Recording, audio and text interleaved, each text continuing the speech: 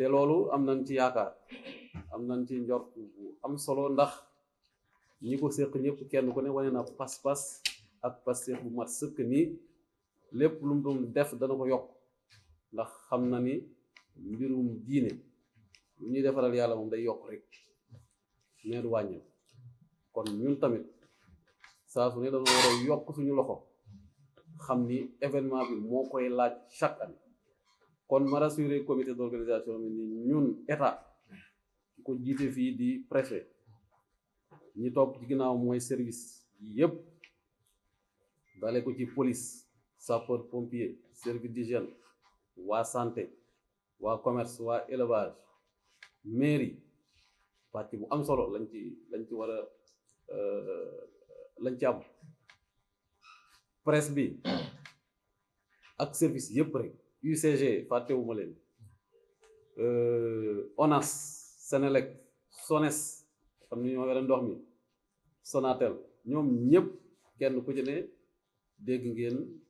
engagement yi mu fi jël te bu soobee yàlla dinañ ko topp ba ci cëppaandaw ga lépp luñ fi jël ci engagement ñu respecté ko à 100% pour saytu loolu pour garantir loolu dañuy teg comité d'organisation maanaam comité de suivi boo xam ne ñun ñoo koy jiite comité boobu acte bi ñuy njëkk a posé mooy bu ñu jógee rek dinañu jàpp bis ñu ànd dem ci stade bi nga xam ni mooy amal ndaje bi ñu wër stade bi yëpp xool fenn fu ne la ca war fan la ñuy teg barrière fan la ñuy disposer organisation bi fan la ñu war a def branchement provisoire fan la ñuy def point d'eau et cetera ba ci mécanicien yi dinañ dem waxtaan ak ñoom ci ndimbalal chambre de métier village artisanal ko defee ñu waxtaan ak ñoom xamal leen ni bis bi ak ñi fiy daje ak anam yi ñu fiy ñëwee dafa mënta ànd ak yenn activités yi kon ñu ñaan leen ñu may ñu tuuti rek ay fan yu néew lay doon bu jeexee ñu ñëwaat jël seen place kon loolu comité de suivi bi dina ko boole ci programme dem waxtaan ak mécanicien yooyu ak yeneen artisan yi nekk ci wetu stade bi bu ko defee encombrement bi wàññeeku bu baax a baax wala mu bañ a am incha allah léegi problème bu communication feeñ na fi ay yoon donc mu mel ni am na daal jafe-jafe ci communication bi diggante comité d'organisation bi ak service yi kon loolu ñu bàyyi ci xel ba joyanti ko li may suggérer mooy ñu am la liste des membres clés du comité d'organisation kenn ku ci ne ñu xam sa tur ak sa sant ak sa numéro de téléphone ak li nga yor lan lañ la sédd ci organisation bu ko defee këyit woowu dañ koy jébal service yëpp bu ko defee par exemple bu ko police yoree day xam ni kii mooy interlocuteur lépp lu mu soxla jëm ci comité d'organisation bi kii lay jokkoon service d'hygiène noonu waa santé noonu Senelec noonu UCG noonu donc ñu topp ko ba mu mat bu ko defee problème communication yooyu indi woon tuuti ay jafe-jafe mu bañ a am bi yoon incha allah kon loolu maa ngi koy ñaax comité d'organisation ci gàttal daal li ñu wax lépp ñun bind nañ ko noté nañ ko naa li may xaarat yéen mooy ñu def ko au propre doléance expression de besoin yëpp ñu bindal ko ci këyit ba mu leer nañ nga xam ni man ci lay sukkandiku ginnaaw CDD bi ñu def naam ñoom ñëpp jël nañu note mais l'administration elle est écrite administration bind la xam kon dinaa sukkandiku ci këyit boobu ngeen may yow jox ma bind leen kenn ku ne lettre ma wax leen lii la ñuy xaar ci yow ci délai bii ci fii ci bërëb bii bataaxal yi jëm Dakar nee naa leen yéen ci seen bopp da ngeen di bind yóbbu mu dem directement ngeen bind indil ma bu defee man tamit mu jotee lettre yooyu ma bind ma nit kilifa yi ko war a jot ndax am na fii ay doléance yoo xam ne Dakar rek lañ ko mën a toppatoo kon bu ngeen bindee yóbbu bind leen indil bu ko defee man ma def lettre de transmission mu dem Dakar incha allah yaakaar naa ne daal loolu lañ fi tënk ci ay kàddu di dellu di ñaan sunu borom sutural mi dooleel mi ba ñu am ci ndam lu rëy rëy ndam lu kawe suñu njort loo xam ni musuñu ko am bi xew-xew bi tàmbalee ba léegi waaw am nañ njort ni incha allah noonu rek lay mën a demee ndax ñun ñëpp am nañ léwét bi am nañu pas-pas bi incha allah kon maa ngi leen di sant bu baax a baax sëñ Sam di leen ñaan ngeen jàllale suñu nuyoo ak suñu ziyaara Sëriñ Babacar Sy Mansour xalif général des Tidianes ñoo ngi koy tàllal suñu loxo comité d'organisation bi yëpp moo ngi koy tàllal loxo mu ñaanal ñu ci barke xew-xew bii ko defee suñu département nekk département bu am jàmm réew mi yëpp am jàmm seet buy lépp lu ñuy ragal daal yàlla buñ ko gis waaw rawatina événement bi ñu jëm muy élection ñoo ngi ko ci yaakaar baax a baax yaakaaru ñaanam incha allah am nañu njort ni bu tàllalee loxo suñu borom yàlla du ko delloo incha allah. Donc nous arrivons au terme de ce CDD consacré à l'organisation de la 11e édition du Hadaratul Juma qui se tient donc depuis 2011, 2012, 2013 dans notre département. C'est un honneur pour nous, département de Guédiawaye, d'abriter cet événement à caractère national, qui a une dimension nationale. Donc, chaque localité s'honorerait probablement d'abriter une telle manifestation. Tivaouane est là, tous les foyers religieux Tidianes sont là, qui pouvaient valablement abriter cet événement. Mais nous avons la chance,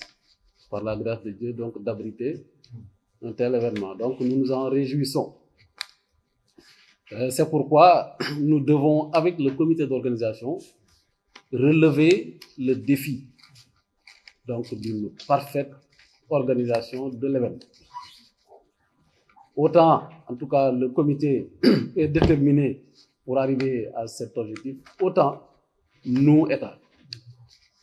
avec à sa tête ici au niveau départemental le préfet, autant nous sommes engagés à vos côtés, donc pour assurer une organisation parfaite de l'événement. Nous sommes déjà à pied d'œuvre et le premier acte que nous posons aujourd'hui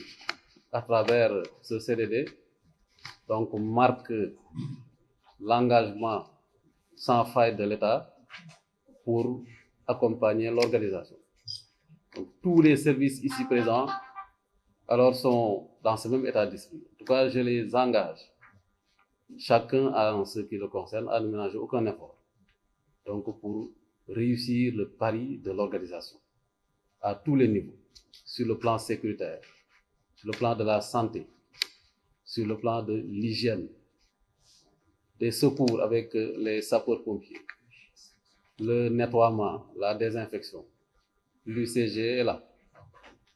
avec les sapeurs, plutôt avec la Croix-Rouge, avec la SONES qui va assurer les branchements provisoires pour l'approvisionnement en eau, avec la Sénélec également qui va assurer la disponibilité de l'électricité en permanence. Donc la zone sera mise hors délestage. Avec la santé qui mettra en place donc, tout un dispositif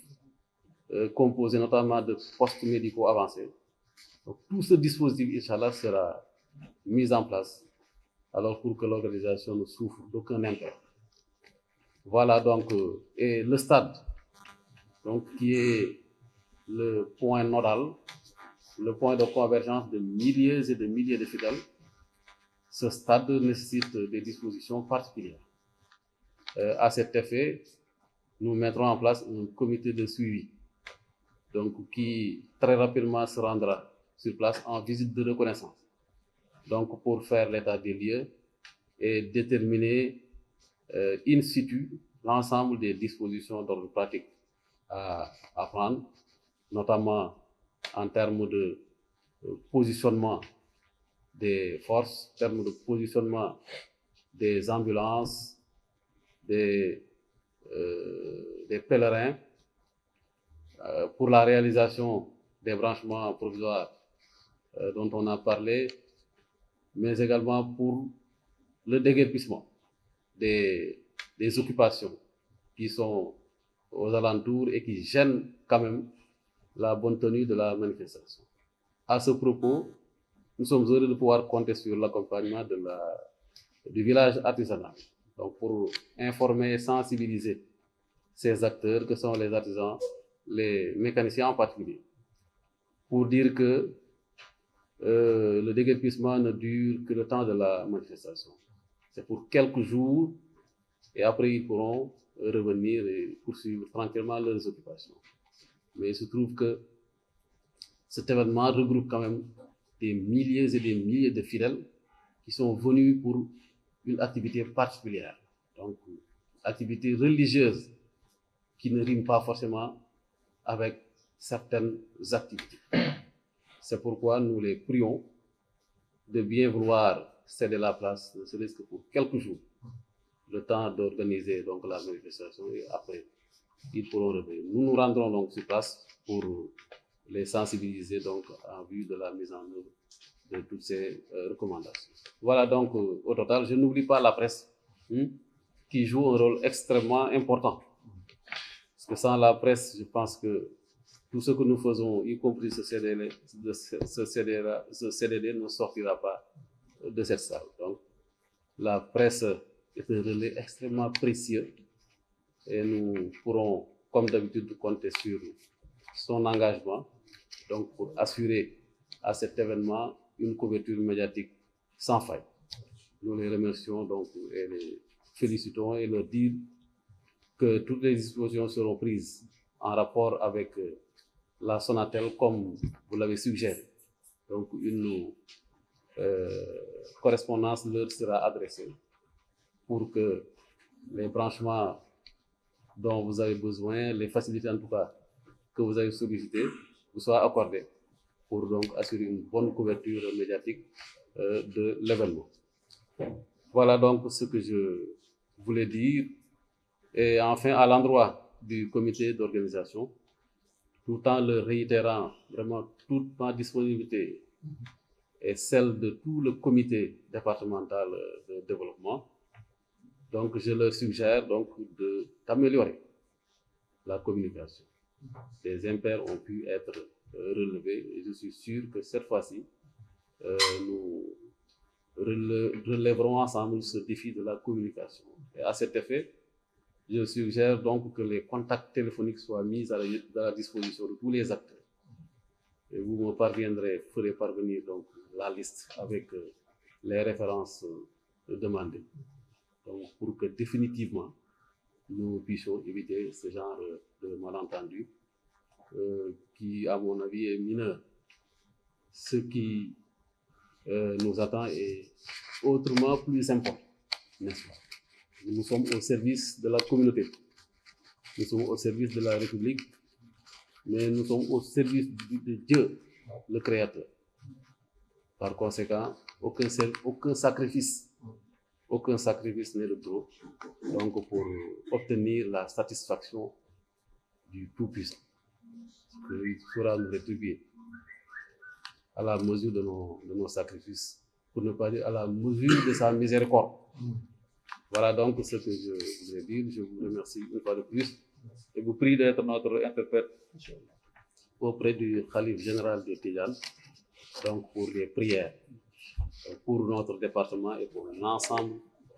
du Sénégal. Assalamu alaikum wa rahmatullahi wa barakatuh. Donc je vous donne la parole. ci ni jataay bi demee di fi jóge ak yaakaar bu rëy ci li mënul a ñàkk te mooy lu njaboot di def soxla kilifaam jàppale ko loolu la ñu gis tey ci kàddu chef de service yi fi teew yëpp di ñaan yàlla ñu fekkee bés bi ak jàmm yàgg nañ ko def 11e édition la ki ko santaane woon la mu ci bëggoon mooy cohésion nationale ci réew mi la mu ci bëggoon mooy paix et sécurité ba tax na amul benn yoon budul moo ñëw présider ko boppam bi mu nekk ci àdduna di ñaan la mu sa yaakaaroon yëpp yàlla na ko yàlla gën a dëgëral te mooy sunu jàmmi réew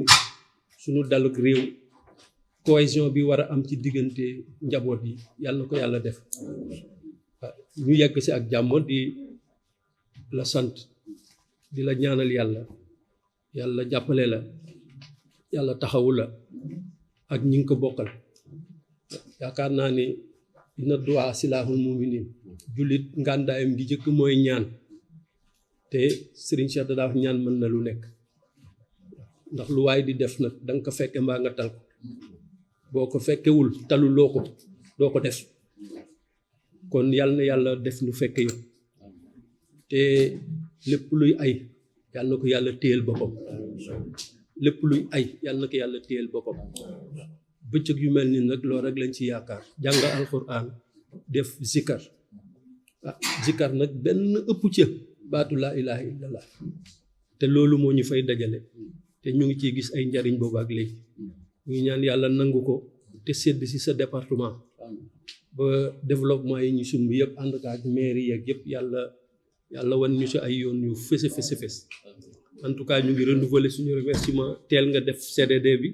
te loolu dina yombal liggéey bi di ñaan rek chef de service yëpp lii ay impair mënul ñàkk ñun ñëpp dañuy organiser gàmmu Tiwaawan ak lu nekk waaye mënul ñàkk waaye xëj na am na bu tudd sànq évaluation xëj na loolu buñ ci jógee ñu di ko defandoo comme li ñu ñaan ñu yàlla mu yem fi su ko defee dina baliser at mu nekk ñu am une vision si lan moo manqué ak lan lañ war a def li si aju suñu wàll incha allah dinañ ko corriger te préfet wax na ko léegi mais constaté nañ déficit de communication te ay acteurs nag bu amul seen diggante communication dina yàq lu bari waaye loolu incha allah dañ ci jël ay matuwaay en tout cas daal ci turu communauté bi yëpp ñu ngi leen di sant di leen gërëm ngeen jotal ñu suñu gërëm ci gouverneur ak ministre de l'intérieur président de la république ak wulu gouvernement di fas yéene nekk ay njaboot rek yoo xam ni dañ leen tënk si di def lu baax di ko wax jafe-jafe mënul ñàkk waaye itam du tax pionnier bàyyi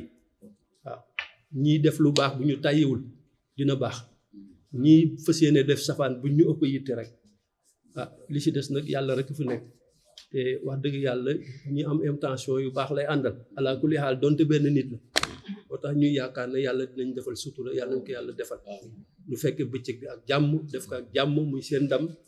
di ndam yi l'islam di ndam yi Sénégal te yàlla dugal ñu si biir kàddu yooyu mënul woon ñàkk ñu koy yëkkat tur ab naaw sëñ Fata mi ñu ngi toog moom la ñu chargé coordination bi yëpp mooy la responsabilité morale ànd ak ñoom xalifa ñun itam ngeen yëg na seen i njaboot lañ sañ ngeen ñoo dab rectifié nu vraiment wax naa ko sànq dafa am loo xam ni yéen nañu war a suñuy conseil ngeen war a doon defe leen nii bu leen defe nii loolu nag ñu ngi koy xaar si yéen moo xam commandant police moo xam gendarmerie moo xam ñi fi teew ñëpp vraiment dee leen ñu dab di ñu wax ne bu ngeen defee woon nii moo dàq ndax sëñ Abdou tam loolu lañu daan sant vraiment dañu ñëw pour ngeen nekk ay njaboot ngeen wan ñu li gën a rafet pour liggéey bi gën a baax loolu nag ñu ngi compter si yéen ñëpp yàlla nañu yàlla boole defal tawféex salaamualeykum wa rahmatullahi wa barakaatu